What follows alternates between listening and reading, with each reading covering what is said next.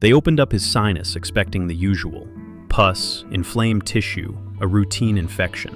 What they actually found was a small fungal colony growing on a chunk of his own root canal filling. I read that line in the case report and had to sit with it for a second, because I've placed that exact material more times than I can count. Here's the guy, 56 years old, had a root canal done on an upper molar at some point in his life. Standard procedure, the kind of thing that, done right, you forget about completely. He did.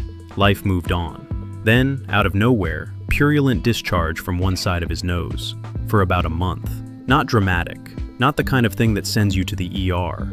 It reads like a boring sinus infection, the kind everyone's had at least once. He probably assumed the same thing, except it didn't clear up. So they take a panoramic X-ray, mostly to rule things out. And there it is, something that shouldn't be there, sitting inside his left maxillary sinus. A CT scan confirms it, a dense, rod-shaped, partly rounded mass filling a chunk of the sinus. And when they finally get in there endoscopically, it turns out to be exactly what it looked like, a leftover gutta-percha point, the core filling material from his root canal, that had been pushed just slightly past the root tip years earlier and drifted up into the sinus.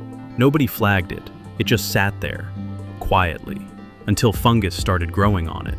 This case came out of the University of Tokyo, and what made it genuinely unusual, publishable even, is that the pathology found two things growing together on that filling: a fungal colony and a bacterial one, actinomycetes. As far as the surgeons could tell, this specific combination on dental material had never been documented before. And here's the part that stuck with me. It's not random that fungus goes for this material specifically. A lot of root canal sealers, including gutta-percha points, contain zinc oxide, and zinc oxide seems to actually encourage aspergillus growth.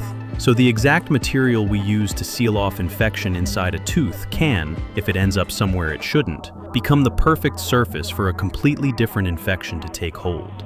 Left alone, that combination, foreign material plus an active fungal colony, keeps the sinus chronically blocked and inflamed. And it doesn't resolve with antibiotics or antifungal medication, because the trigger is sitting right there, physically.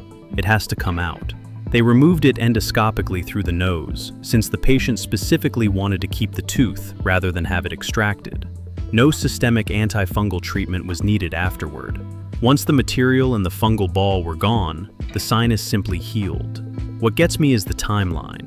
The filling that eventually needed a whole surgical team to remove it was, most likely, placed in a single afternoon, years before anyone noticed a thing.